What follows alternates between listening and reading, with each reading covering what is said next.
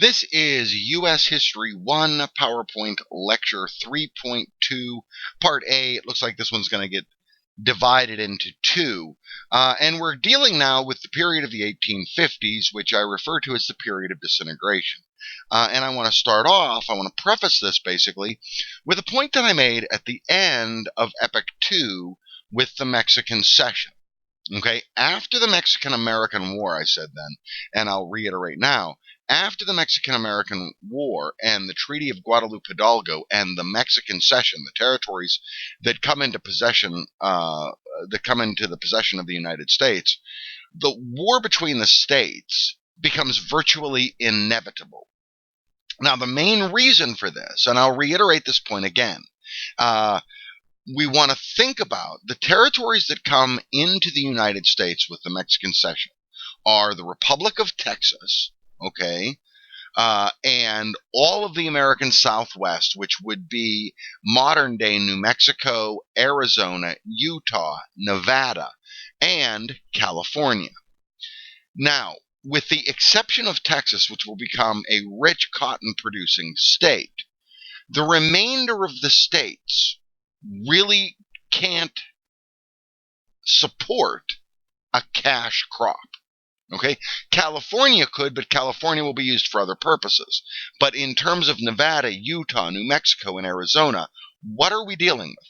We're dealing with the American Southwest. For any of you who've ever been to the American Southwest, or for those of you who know anything about geography or topography or climatology, the American Southwest is a desert. And in a desert, you cannot support a cash crop. Now, with that point in mind, what we just finished with 3.1 in the discussion of the economics of slavery.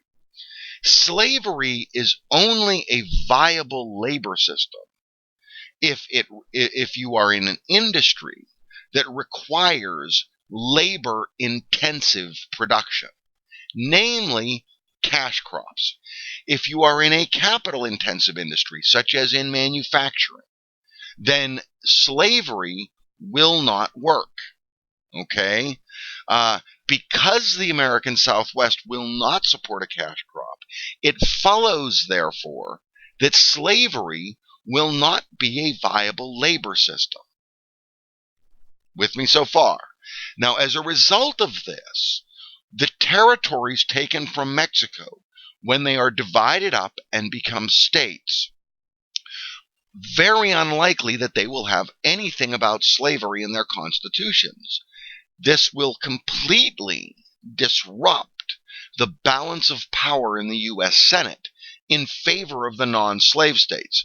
And I want you to keep in mind, as I've said throughout, that there is a coincidence that the slave states, which are also the cotton-producing states and the agricultural states, also are those who favor states' rights. Therefore, because the American Southwest is not going to support a slave labor system, it therefore follows that they will also, kind of coincidentally, be nationalists. Not to mention that after the victory in the Mexican-American War, you have a kind of feeling of nationalism, almost like the era of good feelings, that American nationalism wins out. Okay? And so the nationalists are going to ride this wave into the 1850s. They're going to start off with what we start off here, the Wilmot Proviso. Now, the Wilmot Proviso dates from the time of the Mexican-American War, and you can see what it says here, that there will be no slavery in the territories taken in the Mexican Cession. Now, that provision is more or less moot. It's more or less unnecessary because the climate of those states and the topography of those states and the geography of those states prohibits slavery as a labor system, all in and of itself. The territories will be reserved for free white males. Okay, now there's a reason for that. We're going to look at the Free Soil Party, and we're going to take a look at where they play here when we get there. But their the Free Soil Party will be abolitionists, but for a very different reason. And one of the points that I didn't really raise in the economics of slavery is when you have a growing population and the population begins to grow to the point where the economy can't accommodate them. In other words, when you have a labor force that's constantly growing and your manufacturing expansion and the expansion of your economy isn't commensurately increasing to soak up all of the new laborers, all of the new potential laborers, then you have a problem. Okay, this will be a rise in unemployment. We talked through the 1840s about the economic depression that the United States goes through. Well, one of the consequences of this is a rising level of unemployment. Well, it makes no sense to have a rising level of unemployment and to have a slave labor system. Okay, were it not for the slaves, all of those people who were unemployed could have jobs. Okay, is the basic argument here. And so the territory in the Southwest will be reserved for free white males, meaning that the runaway slaves, the freed blacks, will not be permitted to go there. Now, the effects of this, all right, the Wilmot Proviso will not fly. It will be shot down. But the effects of this is, once again, to subvert popular sovereignty and states' rights. Under the Northwest Ordinance of 1787, states are supposed to be, once they have 60,000 people, they're supposed to be allowed to determine their own constitutions. That's the idea of popular sovereignty. The Missouri Compromise intervenes, and for the first time, we see the national government becoming involved in what states can and cannot have in their constitutions. This is going to be a further episode of that, which is one of the reasons that it's defeated. Overall, the Mexican Cession, and the Wilmot Proviso promises this as well, will disrupt the very careful balance of power in the U.S. Senate that was created by the Missouri Compromise and which has endured for almost 30 years. Back to American politics for a second. In the election of 1848, now let's follow through American politics in the 1840s as quickly as we can. In 1840, William Henry Harrison stands as the Whig candidate. He is a popular war hero, which is why Henry Clay, the leader of the Whig Party, selects him, because Henry Clay himself is not particularly electable. Okay, he's made too many political adversaries to be able to be elected himself. He's not a particularly charismatic leader. So they pick William Henry Harrison. He wins. In order to win the election and secure the election, they come into a kind of a very bizarre political alliance with John Tyler, who is a well-known states' rights Democrat. But it's all good because Harrison is the president. Tyler will be vice president. Then Harrison up and dies on them. Okay? And so Tyler becomes president, alienating both parties. The Democrats see him as a turncoat. The Whigs see him as a states' rights person, and they didn't want him in the first place. And so in 44, Tyler will not be given the nomination by either party. James Polk will be nominated by the Democrats, and Henry Clay will have to stand for the election himself because they don't have anybody else. They don't have a popular war hero to choose. Okay? And so James Polk will win the White House. Well, in 1848, the Whigs are facing the same problem. You have James Polk, who's not particularly popular. He did not, in fact, solve the economic crisis that led into the 1840s, okay? And he is now associated with the Mexican-American War, which was a great American victory and was the largest single-day expansion of American territory in U.S. history, okay, with the American Southwest and the territories in the Mexican Cession, okay? But still in all, he's not that popular. He is defeatable, but he is not defeatable by Henry Clay. Henry Clay is not a popular politician. And so Clay manages to find another popular war hero. And this one, to boot, is associated with the Mexican War. He was overall commander of American ground forces. Winfield Scott designed the strategy of the Mexican-American War, but it was Zach Taylor that went down with the Slidell mission and actually was commander on the ground. And so he's associated with the victory in the Mexican War even more than Polk is. Okay? And so because of his popularity, he's going to sweep into the White House. The problem, of course, now, Zachary Taylor is a perfect candidate. Zachary Taylor is a slave owner. That should please the slave states and the states' rights people. Okay, he's not noted for any nationalist policies. In fact, he has no policy on that. He has no particular position on slavery. Okay, he's a wealthy elite.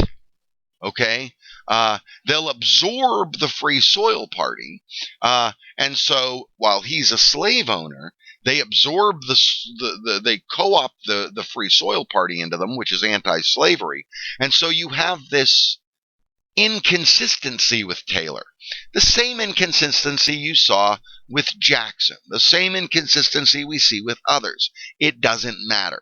The fact is, the man doesn't really stand for any particular policy. Clay figures that this will allow the Whigs to mold him as a president into whatever they like. Okay?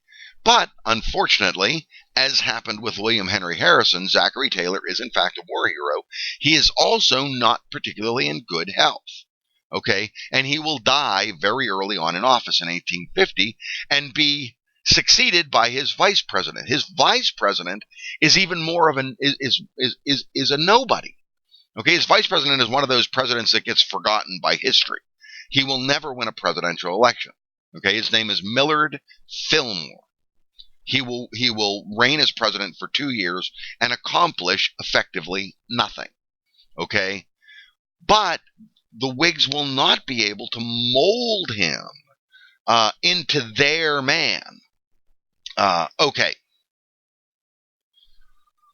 Economically, as I've mentioned before, no solution comes out, no obvious solution comes out from the economic catastrophe that hits at the end of the 1830s. And it's not within our scope here to go over that again, to reiterate that entirely.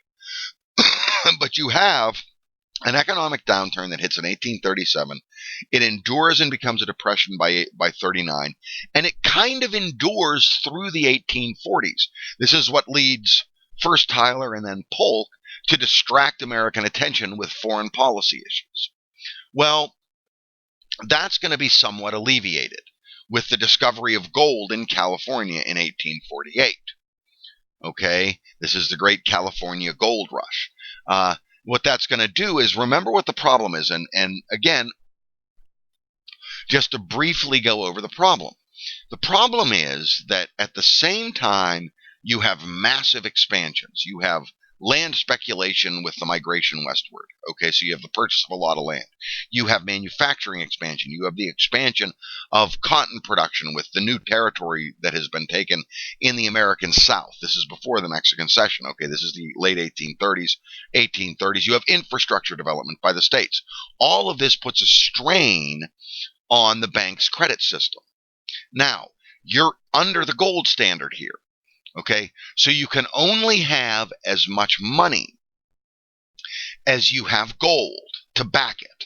Gold serves as the backing of currency. Okay, so the banks are limited with how much they can lend out. Well, this is exacerbated, and what tilts the credit system over the top is when Jackson locks away all of the government gold and silver in the independent treasury system, and then insists on the specie circular that all land purchases be done in gold and silver. This leaves a shortage, okay, and that creates the Panic of 1837, which we've talked about before. Well, this gold discovery in California is going to help alleviate that. That's going to increase the amount of specie in the system. As a result of the increase in the specie in the system, banks will be now able, that will allow you to increase the amount of currency in the system and allow banks to lend out more money and at least partially alleviate the problem. It ultimately is going to come back to haunt us, as we'll see at the end of this discussion, with the economic depression that hits in 1857. All right, now we have the Compromise of 1850. What we're going to start to see, and it makes perfect sense, with the Mexican Cession territories being not conducive to a slave labor system, and with the victory in the Mexican War, the nationalists are going to ride a wave into the 1850s. And what we're going to see with that wave is that they're now going to run roughshod over the states' rights people. The Compromise of 1850 is intended to be an extension, is intended to be in the same vein, not an extension. That's probably a poor choice of words. It is in the same vein of the Missouri Compromise, to maintain a balance between states' rights people and nationalists, between slave states and non-slave states. But in reality, it's basically a farce. Now let's look at why that is. The compromise is that California will come in as a free state. All right? Popular sovereignty, as per the Northwest Ordinance of 1787, will reign in the remaining territories of the Mexican Cession. Now, presumably what we're going to see happen then is Texas will come in as a slave state, California as a free state. That will maintain a balance in the Senate. Okay, good. End the slave trade in D.C., and then to give in to the slaveholders, to give in to the slave states, they'll pass the Fugitive Slave Act, which basically puts de jure, puts as law, that slaves are property, okay, and that all escaped slaves are fugitives and have to be returned to their masters, to their owners, okay, which is kind of a kowtowing to the slave states. Now, if we didn't know any better, we would see this provision of popular sovereignty to be supporting the idea of states' rights. But we do know better. We know that to allow the areas that are now modern-day Nevada, Utah, Arizona, and New Mexico to have popular sovereignty and determine their own constitutions without the interference of the national government, okay, we know that they're not going to have slavery as part of their constitution, because slavery as a labor system, as an institution, is not conducive geographically and climatologically to the American Southwest. Okay, so while this may look at first as though, oh, okay, that's a reasonable compromise, we'll let them decide, we know what they're going to decide. They're going to decide not to be slave states. They're going to, therefore, as a result of this, side with the nationalists. This will utterly and completely disturb, once and for all, any balance of power in the U.S. Senate, and will lead, ultimately, to the Confederacy, to the southern states, having no option, no political option. No compromise will be possible. Okay, and it's going to bring us to a point that we're going to get to towards the end here regarding the great hero Abraham Lincoln. But I won't make it just yet. Now, because the Mexicans, and this is the point I make at the very end here, because Mexican Cession territory is almost certain to adopt non-slave systems, this disrupted the balance in Congress and virtually assured conflict between states' rights and nationalists. Enter Millard Fillmore, one of history's great unknown presidents, and for good reason. He really didn't accomplish much. What he wants to do, he is a nationalist. He is a Whig, okay? He wants to revise the Compromise of 1850. What he wants to do is part of parliamentary procedure. In parliamentary procedure, there is the possibility, and they've floated this idea from time to time with the American presidency, with the modern American presidency. We know that within the U.S. Constitution, the president is permitted to cast a veto over any law. When Congress passes a law, the president can veto it, then takes Congress 2/3 majority to pass over the veto. Okay? What the president doesn't have, and what Millard Fillmore wants, is what's called a line item veto. Look at the Compromise of 1850. Look at the provisions. That document is subjected to an up or down vote in its entirety. You either accept all of the provisions or you reject all of the provisions. What Fillmore wants to do is go provision by provision and be allowed to veto them. Okay? This, of course, will not be allowable. The nationalists will not allow this. And as a result, the Compromise of 1850 will stand, and Millard Fillmore doesn't really have much political clout. Uh, and this will expend what Lilly does. This will help to alienate his Whig power base, which is why he won't even stand for the election in 1852. Enter Franklin Pierce. Franklin Pierce is a Democrat, elected 1852. Now, I'll make now the point that I was going to make earlier that I suspended making regarding the great hero of the Republic, Abraham Lincoln. What we're going to see beginning with Pierce, and we'll see it with James Buchanan, his successor in 1856. And we've seen it before, and just kind of to briefly recap, what we have witnessed almost since the very beginning of the Republic, since the beginning of the United States, we have seen tension. The original point I made way back when, at the end of the first epoch, at the end of the American Revolution, is the only common interest that these guys had was booting the British out, and even that was tentative, okay, as we went over. From that point forward, we see nothing but a series of disputes.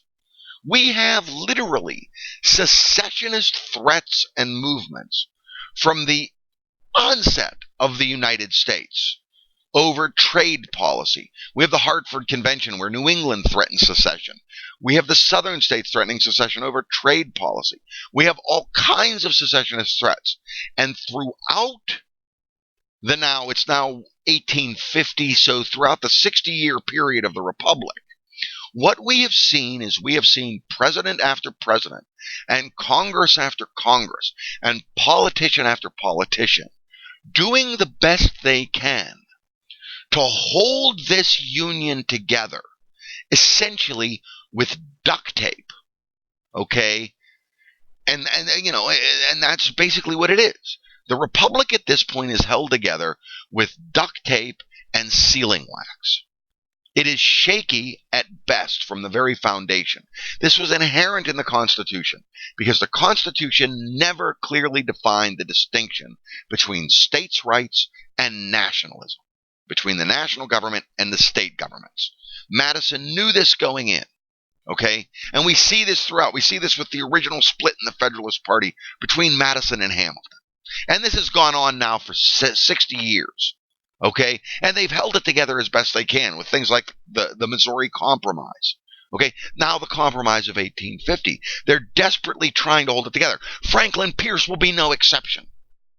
He will desperately try to hold the Union together. What we'll see with James Buchanan, and we'll go over how Franklin Pierce does that in just a second, with James Buchanan, we'll see the same thing. Compromise solutions proposed. Everything, right? Well, when Abraham Lincoln is elected, that all ends, okay? Because Lincoln himself has absolutely no interest whatsoever in a compromise solution. His interest is not in doing whatever's necessary to preserve the Union. His interest is in doing whatever's necessary to make nationalism, the nationalist point of view, win out once and for all and kill the debate. What will happen with Abraham Lincoln is Abraham Lincoln will shoot through the head with force of arms the 10th Amendment to the U.S. Constitution. It will end right there. And that is his interest. That's what he wants to do. Okay? He could easily have attempted things like Pierce is going to try or Buchanan's going to try to maintain some sort of balance between states' rights and nationalism. He doesn't do anything like that. He wants the South to break away. He wants them to secede.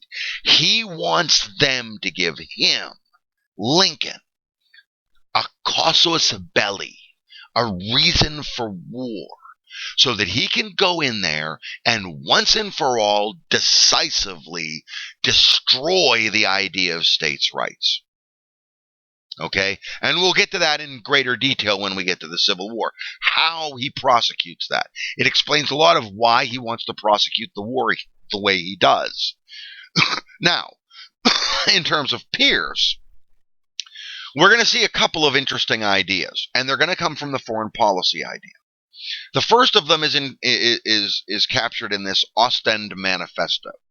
It's a very simple point. Cuba lies 90 miles off the coast of Florida. It is at this point controlled by Spain, who is having great difficulty controlling it. Okay?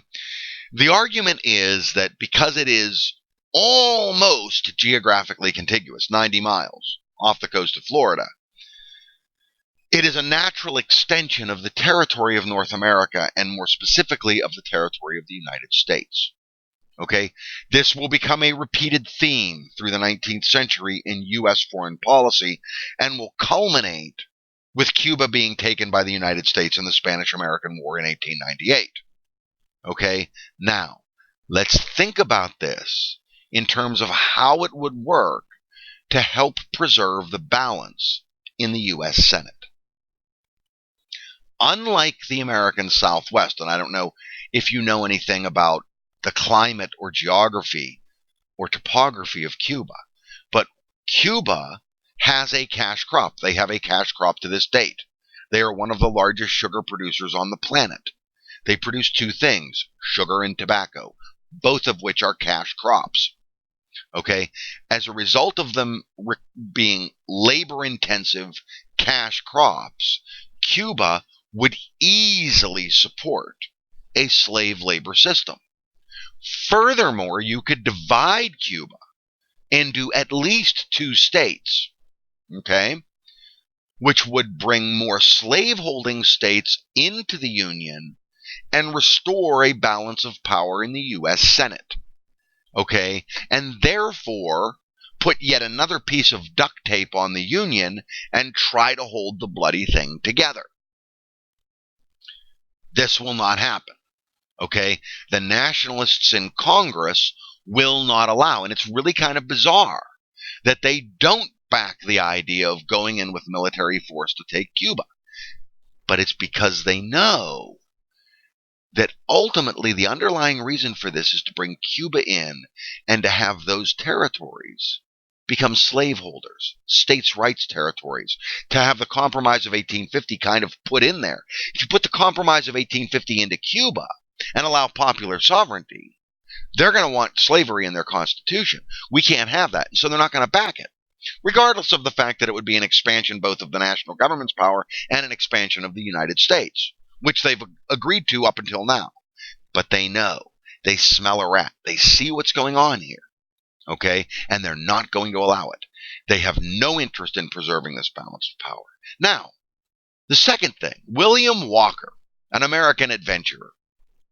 In 1853, he'll take Baja California. Now, the problem with that is that Baja is not really conducive to a slave labor system. It's not going to help restore the balance of power. This is just his stab at glory. Okay, the United States government will not back it. Franklin Pierce will not back it, and he'll be booted out of Baja by the Mexicans very quickly. Okay, Nicaragua, and I don't know if you know where Nicaragua is. Nicaragua is in Central America. Nicaragua has a cash crop. Okay, their cash crop currently is bananas. They also produce sugar. Okay, that's cash crops, labor-intensive cash crops. Nicaragua would be a perfect addition as a slave state. This would help restore the balance of power in the U.S. Senate. Not to mention, not only Nicaragua. Okay, if you're going to take that, you may as well go ahead and then take the border, Guatemala, El Salvador. Okay, all of Central America. You know, the Mexican cession takes all of the northern part of the Mexican Empire. Why not take the southern part? The northern part would ultimately be free states because slavery doesn't work as a labor system there. But the southern part, slavery would work as a labor system. This would restore the balance of power. Okay, interesting idea. No support in Congress. They don't want to restore the balance of power. They've won. The nationalists have won. They don't want to restore that. They don't want to see that happen. Okay? There are a number of compromise solutions that are possible. No. And because of this, the Civil War is becoming more and more of an inevitability. Okay?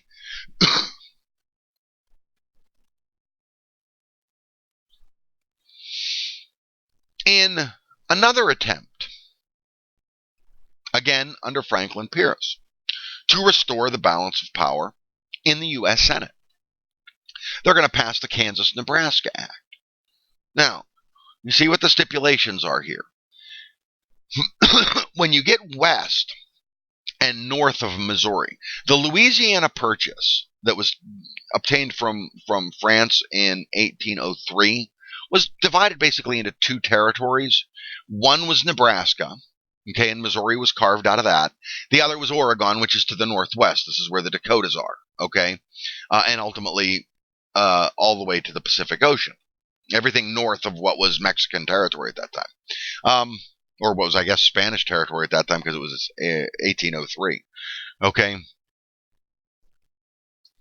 Well, this act suggests that what we want to do is split that Nebraska territory, which is the southern part of the Louisiana Purchase. We'll split it in two. The southern part will be the territory of Kansas. The northern part will be the territory of Nebraska. Kansas will be allowed to have slavery. Nebraska will not. That will restore the balance of power. No, no, no, no, no, no, no, no, no. We don't want that. Kansas-Nebraska Act will pass. But the stipulation about Nebraska being non-slave and Kansas being slave is thrown out. Instead, we allow popular sovereignty. Yeah, that's a bit of a compromise on the part of the nationalists, because both Nebraska and Kansas could support a labor-intensive cash crop and therefore could opt for slavery. That's dangerous. Okay? Ultimately, they're going to say, well, Nebraska can't be a slave state. They're going to intervene and say that. But Kansas can be subjected to popular sovereignty. This brings us to the first and really the truest real American Civil War. You have undoubtedly noticed that I have somewhat incorrectly used interchangeably the idea of the war between the states and the Civil War. In international relations terms, Civil War is a very specific animal. What happens between 1861 and 1865, technically speaking, is not a civil war. By definition, a civil war is when you have two political entities fighting for control over a government apparatus. That isn't what happens between 1861 and 1865. In 1861, led by South Carolina, the southern portion of the United States secedes. They break the political bonds that hold them to the Union, and they form their own country, the Confederate States of America, the CSA as opposed to the USA. Okay? And so in reality, what is referred to as the American Civil War is actually an international war. You have two independent nations, very similar to the American Revolution. Okay, in the American Revolution, you had the colonials who had seceded with the Declaration of Independence, had seceded from Great Britain. And so, in a very real sense, you have the same situation now in 1861.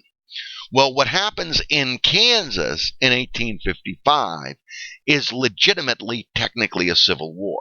You have two opposing groups vying for control over the government. This is before Kansas becomes a state. They are a territory. They are moving in the direction of statehood. And so the question is, as they move in that direction, what kind of constitution will they adopt? Will they adopt one that is that advocates a states' rights position, that advocates therefore for slavery, which is in fact a viable labor system in the state of Kansas, given the topography and climate? It will support a cash crop. Or are they going to go into the nationalist camp and be anti-slavery? And so prior to the creation of Kansas as a state, both sides will rush supporters into Kansas, okay, to try to control the electoral process and therefore control the development of that constitution. And so you will have a civil war break out between pro and anti-slavery. which, by way of extension, is between the nationalists and the states' rights people. Okay? John Brown, one of the most famous of all abolitionists who attempted to seize the armory at Harper's Ferry, okay, and then use it to try to force the freedom of slaves in the South, will seize Lawrence, Kansas in an attempt to control the government. Charles Sumner, an abolitionist from Massachusetts, will give a rousing speech condemning the people, the pro-slavery forces in Kansas and the pro-slavery forces in the South for supporting them, okay, and will end up being attacked physically on the floor of the Senate. He will be beaten almost to death. So inflammatory is his speech, okay? What we'll have during this period, too, in the mid-1850s is the rise of what's called the Know-Nothing Party. They will become the core of the Republican Party that will rise up with Abraham Lincoln. They are nationalists, clearly and definitively. Okay, they are anti-states' rights. They are anti-slavery. They are in favor of big government and the American system of Henry Clay.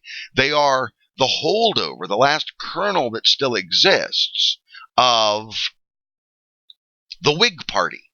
Okay, and so these two forces are going to engage in a bloodbath in Kansas for a little better than a year between 55 and 56. This is a true civil war, okay? And we're going to suspend who wins that until 3.2 Part B, which will include in this, okay, which will conclude 3.2. But for now, that's as far as we want to go.